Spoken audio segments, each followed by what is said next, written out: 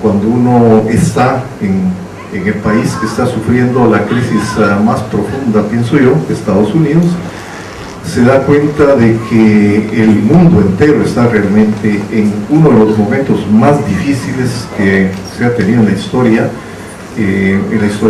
desde que el capitalismo empezó a funcionar. Los efectos de la recesión se notan claramente en ese país, sobre todo porque es un país que ha manejado mucho de su economía en torno al mercado de valores. El mercado de valores como modelo para generar mayor riqueza de forma acelerada, para llevar ese capital que se reúne a desarrollo industrial, al desarrollo de servicios, etc. Y es justamente ese mercado de valores el que ha llegado a su punto crítico. Casi no hay persona de las capas medias que de una manera u otra no haya perdido ya, solamente en esta caída del mercado de valores, no menos de $50,000. Es decir, los fondos de pensiones de la inmensa mayoría de los trabajadores de Estados Unidos están colocados ahí justamente. O sea, la persona que se hacía la ilusión de contar con $200,000 para el resto de sus años, que pueden ser entre 10 o 20 años, ahora se encuentra con que ya no tiene ese dinero y que día a día pierde ese valor del dinero que le corresponde por los años trabajados para el sistema. Y esto todos sabemos que no se queda en Estados Unidos. La ola recesiva, los efectos de esto van a llegar a muchos otros lados. Lamentablemente van a llegar a países menos preparados para esto, como pueden ser los países latinoamericanos, y dentro de los países latinoamericanos, los aún menos preparados, los países centroamericanos, que tendremos que encontrar fórmulas para sobrevivir en este periodo que se vive. Cuando nos ponemos a pensar la América del Sur de hace 20 años y la comparamos hoy con lo que hay en Argentina, en Uruguay, en Chile, ahora en Paraguay, que se veía como muy difícil igualmente, no digamos Bolivia, Ecuador, esta es una ola extraordinaria de esperanza. Básicamente los logros van a ir siendo, bueno, en algunos lugares un poco más acelerados, en otros menos, pero se ha generado la esperanza, se ha generado el ambiente de participación de la población y por lo tanto la posibilidad de que con nuestro esfuerzo desde allá e incluso nuestro esfuerzo desde aquí podamos hacer que sus cambios vayan siendo cada vez más acelerados. Es realmente una corriente de aire fresco que ha estado llegando y que se dio en el periodo de la administración Bush. Eso tiene un mérito incluso todavía mayor, porque estábamos en el periodo de ese imperio decidido a seguir arrebatando territorio y seguir arrebatando recursos por todo el mundo.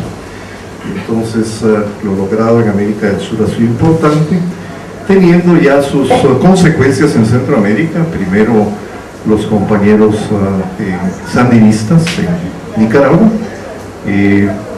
gobiernos un poco más, si no progresistas del todo, pero un poco más abiertos a los sectores populares en otros países de América Central, y ahora pues nos alegramos muchísimo y aprovechamos para felicitarlos de todo corazón a los compañeros del FMLN en El Salvador. Estamos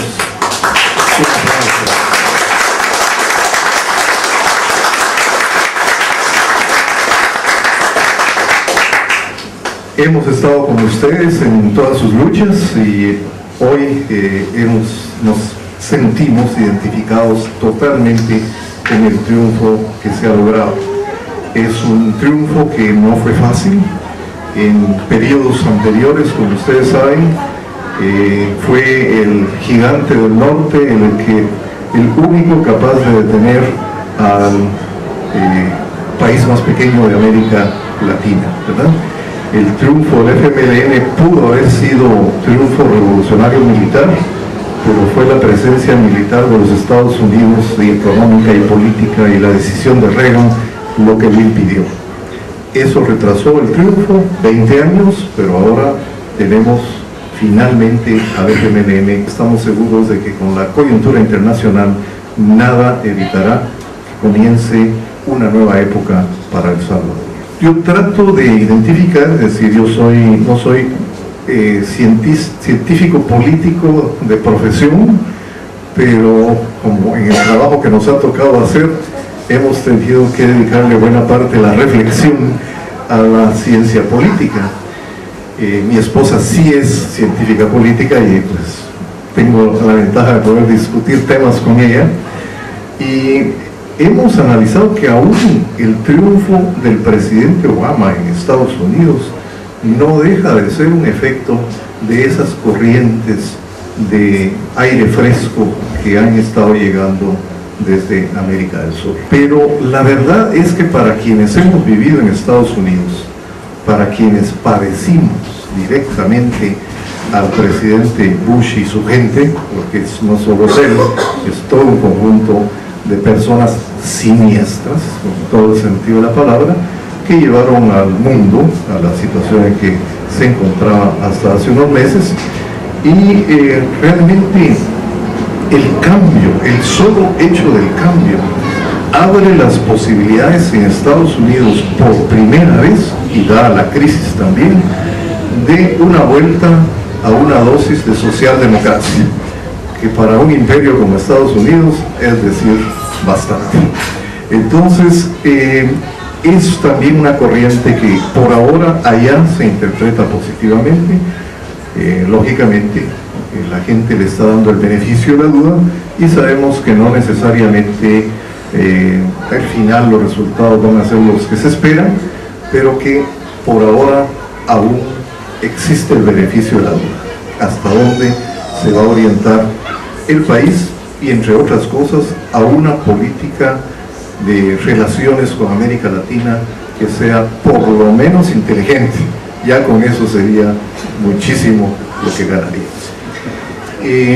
De manera que estamos en este ambiente que podemos empezar a soñar un poco más, y eso nos lleva lógicamente a preguntarnos, bueno, ¿y en Guatemala qué? ¿Verdad? ¿Qué va a pasar en Guatemala? ¿Estamos listos para seguir el derrotero que el FMLN ha abierto en Centroamérica, ha abierto en El Salvador, o no? Y de esto es principalmente, como ustedes comprenderán, lo que quiero conversar con ustedes más, para señalar las enormes dificultades que tenemos y las posibilidades de, sí, trabajar intensamente de aquí al año 2011, que es cuando tendremos las elecciones en el país, y ver de qué manera le damos un sentido distinto a la política guatemalteca. Para esto, pues, tocaré algunos elementos de la realidad actual, algunos elementos históricos también, que sé que ustedes los conocen, pero a veces hay que volverlos a ubicar, a utilizar para darnos una perspectiva mejor. Pero básicamente en Guatemala se produjo una elección reciente, más o menos lleva el nuevo presidente 15 meses, 16 meses en el gobierno, que es Álvaro Colón, e incluso mucho del mensaje que se dio después de su victoria electoral es que había un gobierno de izquierda en Guatemala. Eso lo hemos encontrado en muchos lugares, y nos ha tocado pues decir que efectivamente no lo es, ¿verdad? Es un gobierno que resultó ser el menos malo de dos opciones, y las dos opciones eran, bueno, el partido del presidente Colón, en donde hay gente de izquierda, es decir, sí hay compañeros y compañeras que estuvieron en la lucha revolucionaria y que trabajaron con él, pero es que gente de izquierda está por todos lados, porque hemos tenido la terrible idea de estarnos dividiendo sucesivamente al punto de que en este momento hay 6 formaciones políticas distintas de izquierda.